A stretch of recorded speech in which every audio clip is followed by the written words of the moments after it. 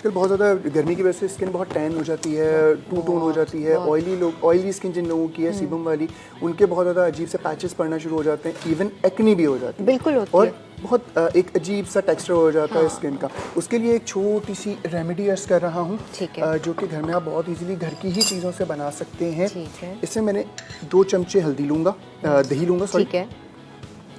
इसमें मैंने थोड़ी सी पिंच हल्दी ली, ठीक है। तकरीबन इतनी, ये चेहरे पे लगाने लगाने के लिए मास्क है। ठीक है।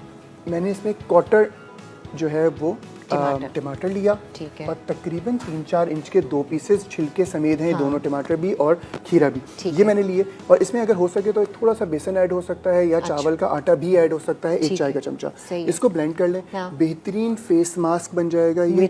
इसमें जो है वो आपकी स्किन वाइटनिंग फौरी नजर आएगी आपको, कि आपकी टोन बेहतर हुई है, हाइड्रेशन बेहतर होगी, स्किन में जो टू टोनिंग आ रही है वो बेहतर हो जाएगी।